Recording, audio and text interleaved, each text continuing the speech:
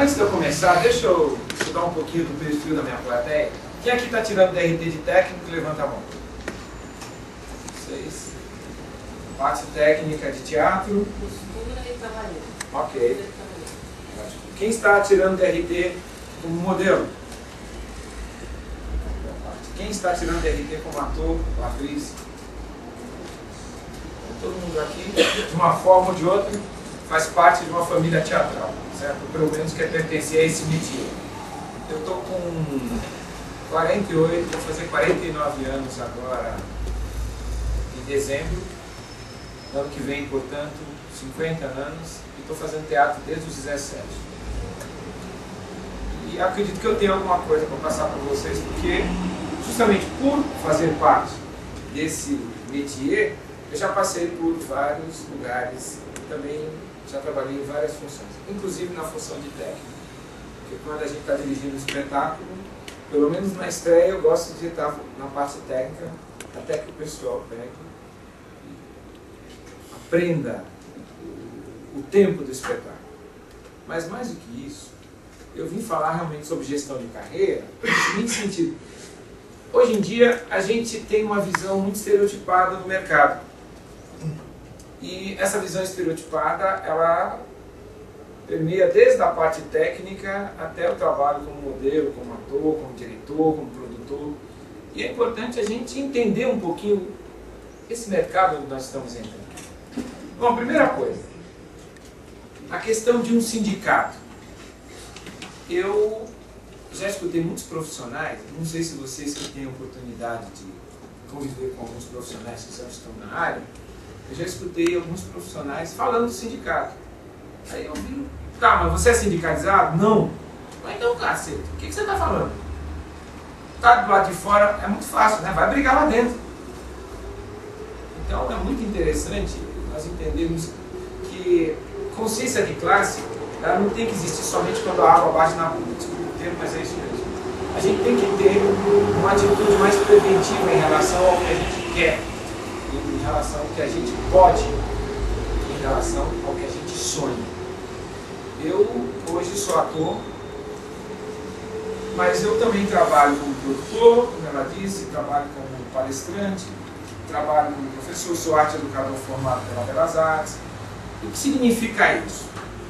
Eu costumo dizer que o ator é alguém que ele tem tanto a dizer que uma vida não basta. E ator é alguém que e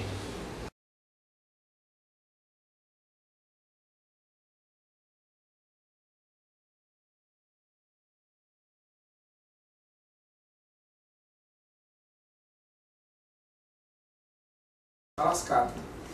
Se você não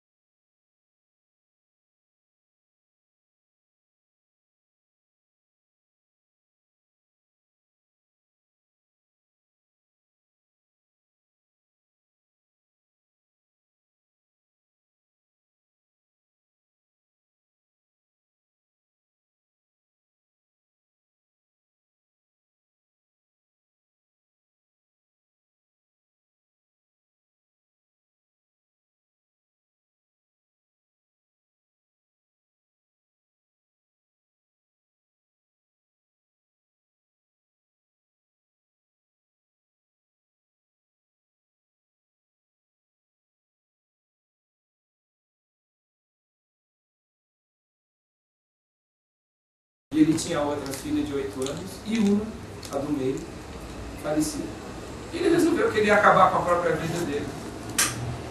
Quando ele estava pronto para se jogar no Rio Michigan, ele... acho que era o Rio Michigan, acho que era isso.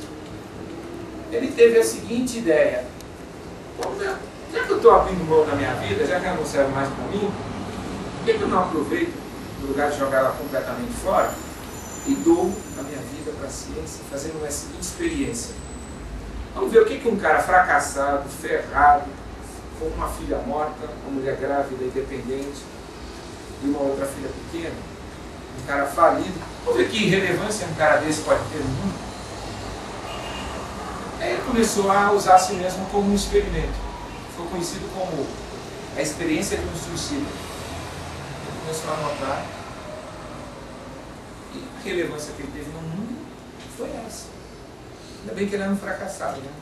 A gente tem tanta gente que vive batendo no peito dizendo que é vitorioso e não consegue ter essa relevância. Por que eu estou falando isso?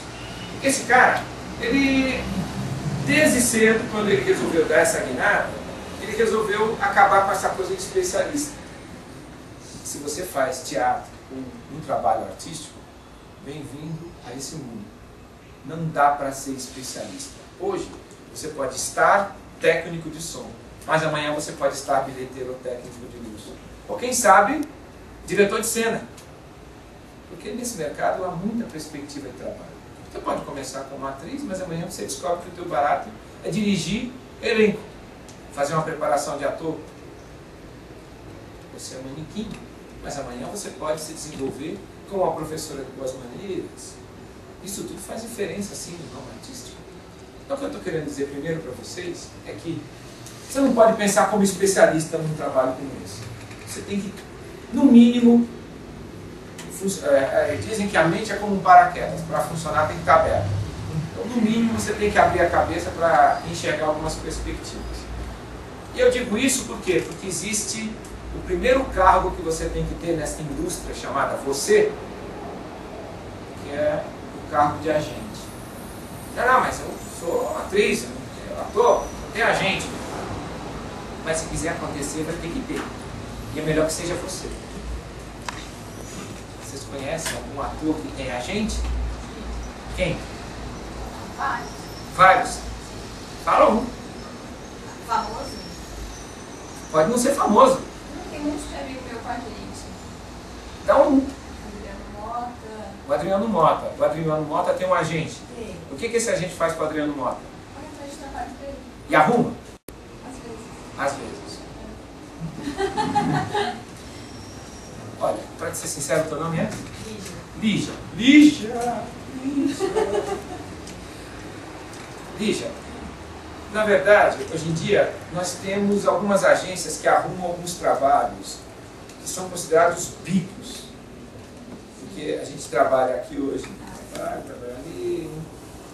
Mas quando eu falo que você precisa ser o seu agente primeiro, é porque você geralmente não sabe negociar com o seu agente. E aí nós temos uma questão muito grande, que é, quando você se torna uma celebridade, aí chove gente querendo te representar.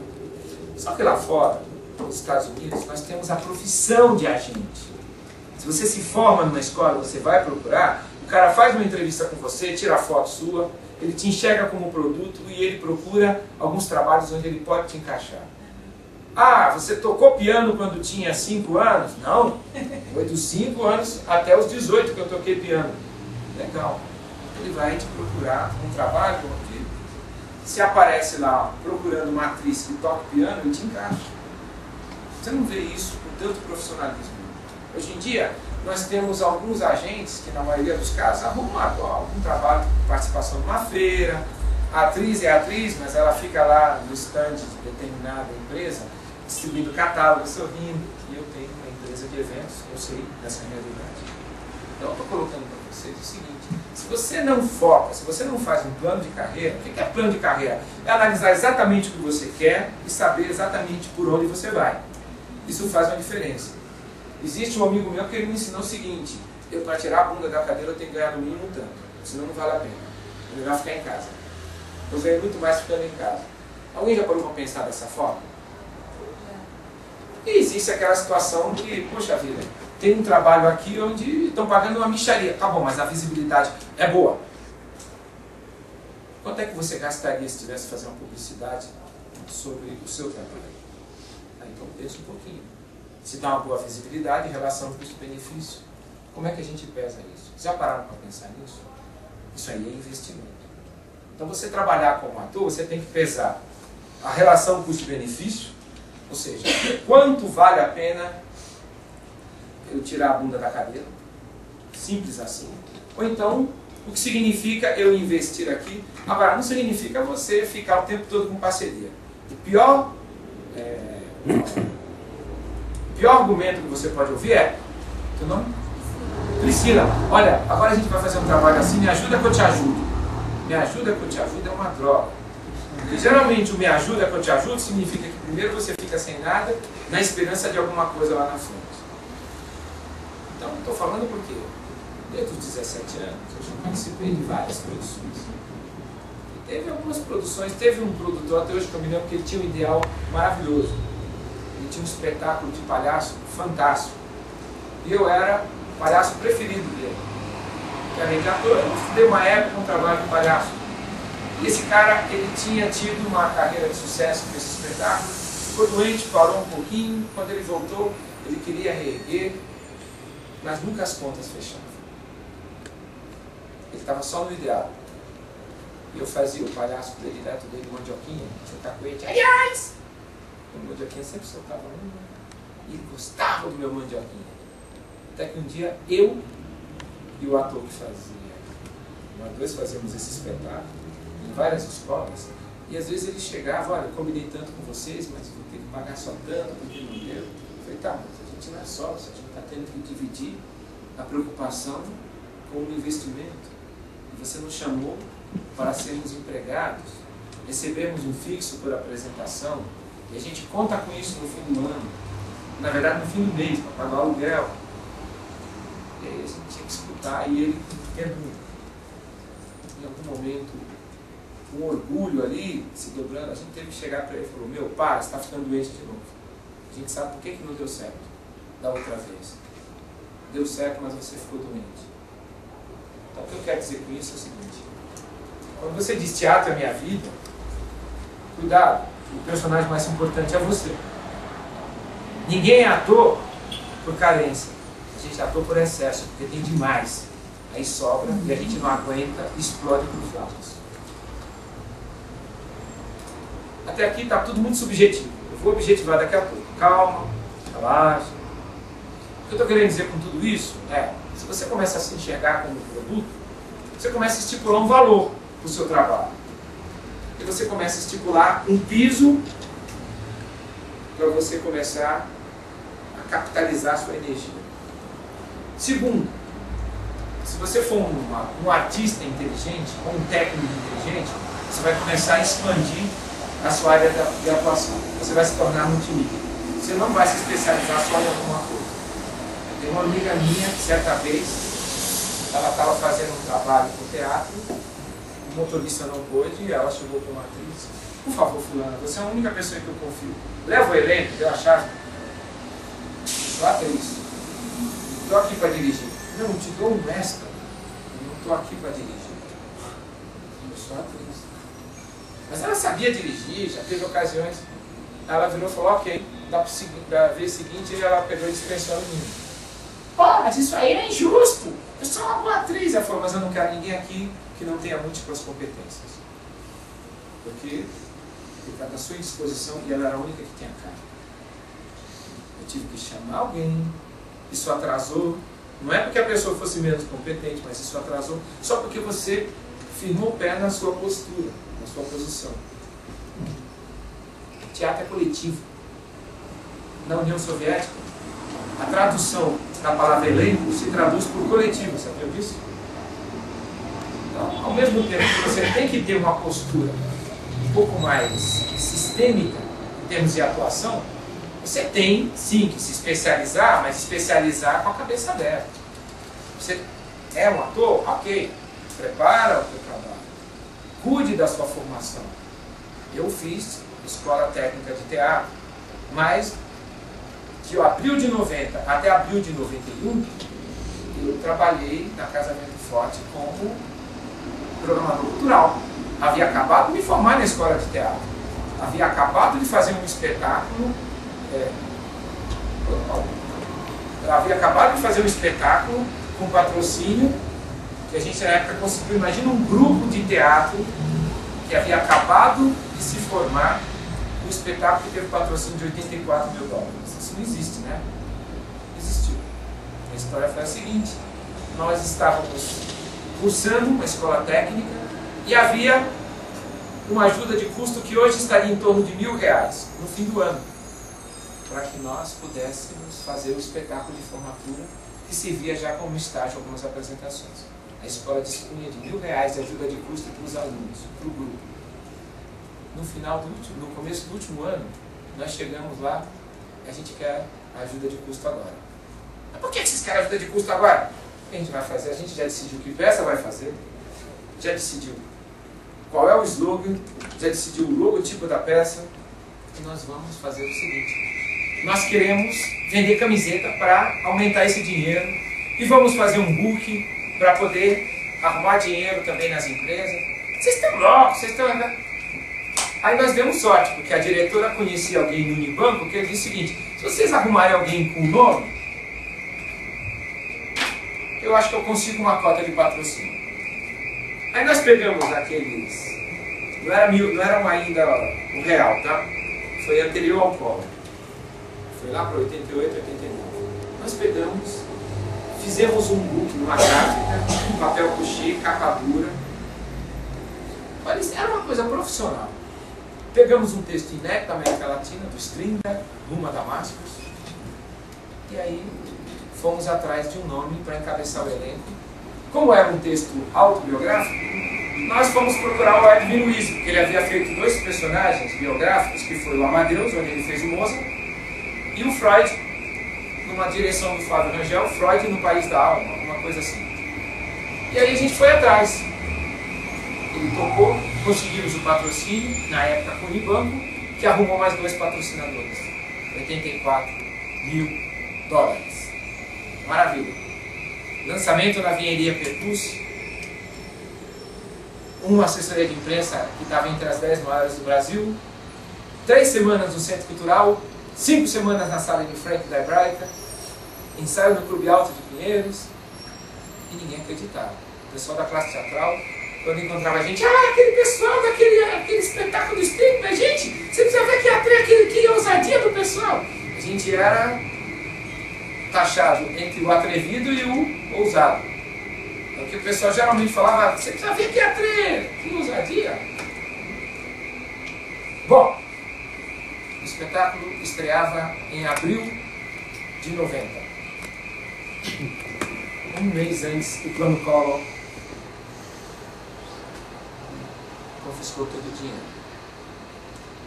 Nós estreamos para pagar dívidas. Por que razão?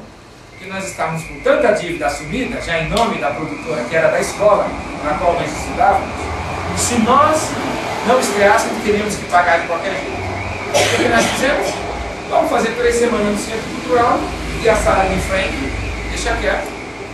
Depois de 3 semanas que a gente arrecadou de bilheteria, da qual o grupo abriu mão, e o que a gente devia, fez isso assim. Milagrosamente encaixou. Quando o dinheiro começou a ser liberado, nós recebemos em cruzados, no queixo. Por que eu estou dizendo isso para vocês? Eu era um dos 4 que fazia parte da equipe de produção e trabalhava como ator. Então, quando você está pensando em fazer alguma coisa, pense para valer. A vida é muito curta. Se você está escolhendo uma profissão como essa, você está escolhendo uma profissão de alto risco. Mas o fato de ser de alto risco te dá imensas possibilidades. Seja de manequim, a Gisele Bündchen, ela era conhecida no começo da carreira como a chata. Ela ficava lá na agência. Ela ajudava na correspondência, mas quando pintava um trabalho, não esquece de mim. Ela grudava. Ela não estaria à toa. Eu conheço atores que faziam de tudo, mas estavam sempre ali com o seu currículo em dia, com sempre uma novidade, sempre uma foto nova de algum trabalho, levando lá na oficina de atores, lá no pessoal de cadastro da Globo ou das outras emissoras. Então o que acontece, gente? Se você vai fazer um trabalho como esse, não espere que um agente faça. Porque, infelizmente, no Brasil, nós não temos agentes 100% profissionais. Eu conheço uma agente que ela tem pelo menos umas 4 celebridades que ela agencia. A mãe dela trabalha, aliás, tem uma menina que trabalha para mim, que a mãe dela trabalha para essa agente. Não é tão profissional. Ela arruma alguma coisa de vez em quando para celebridades. Eu quero dizer com isso que esse tipo de trabalho, existem agentes sérios para poucos. Lá fora, o cara faz um plano de carreira e ele te arruma coisas devidamente segmentadas e você recebe um valor digno, não é qualquer coisa, não é um bico. Então, é preciso entender isso.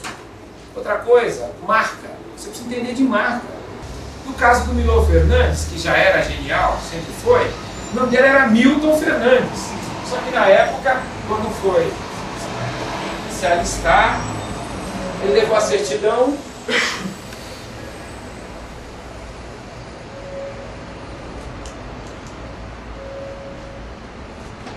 e havia um T meio redondinho, o corte aqui falhou, então Milton virou Milô.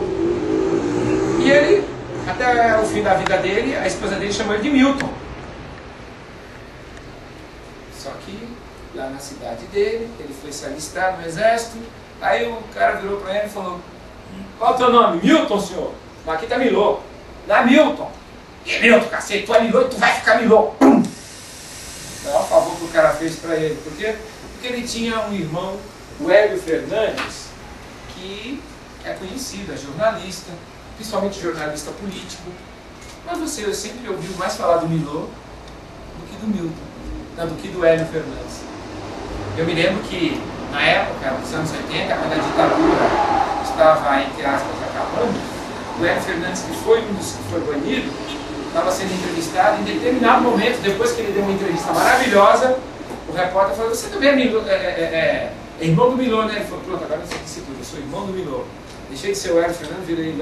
Aí você percebeu que o cara tinha uma bela de uma raiva, uma revolta, por ser conhecido mais como irmão do Milô do que como Milton Fernandes, um jornalista político inteligente e devidamente colocado no nicho onde ele atuava. Então o que eu tenho para colocar para vocês é isso. Primeiro, não se especializem em nada. Se você é ator, se você é manequim, se você é técnico, procure ampliar os seus horizontes. Você nunca sabe onde você vai realmente fazer a diferença. E a tendência de alguém, hoje em dia, até o final da vida, é ter umas 5 profissões. Porque essa época na qual nós estamos, profissões morrem, profissões renascem. Algumas você nem sabe ainda se vão existir. A profissão de assessorista não existe mais. Em alguns prédios, você entra no elevador, você tem lá um tiozinho como assessorista, porque é mais barato esperar ele se aposentar do que colocar o almoço naquela idade no olho da rua. Então é mais um cargo carinhoso que alguns prédios tradicionais mantêm. Porque a profissão mesmo, hoje em dia, você já deve ter visto, existem prédios que você coloca lá o andar, ele diz o elevador onde você vai para evitar congestionamento. São chamados elevadores inteligentes. Então, a tendência hoje, até o final da vida, é você ter pelo menos 5 profissões. E você vai descobrir que a quinta, na verdade, foi resultado de uma preparação que existiu nas primeiras 4 apresentações. O diretor Denis Carvalho começou como ator, hoje ele não quer saber de atuar. Ele descobriu-se como diretor. E tem N casos de pessoas que começaram, eu sei de críticos de teatro que começaram como dramaturgos, descobriram tudo, eram bons para escrever sobre o trabalho dos outros, mas não escrever para eles. E eu sei de atores que viraram assistentes de direção e depois viraram dramaturgos. E eu sei de atrizes ou modelos que viraram donas de agências. Empreendedorismo. Técnicos que deixaram de ser operadores de luz e montaram uma loja de equipamento e locando equipamentos que estão fazendo a sua vida. Então, a minha ideia é bem essa. Não fique só no seu curral, porque uma hora um raio vai cair ali e você pode não ter para onde correr. Então, não seja um super especialista. Segundo, procure ser você o seu agente. Procure gerir a sua carreira. Vai fazer um estudo no Sebrae sobre o que é plano de negócio. Lá você vai aprender muita coisa. E terceiro, trabalhe bem a sua logomarca. Tem um site, trabalhe a sua foto. Escolha muito bem os trabalhos no qual você vai atuar, para que você saiba exatamente como você quer ser conhecido. Isso faz toda a diferença. Muito obrigado.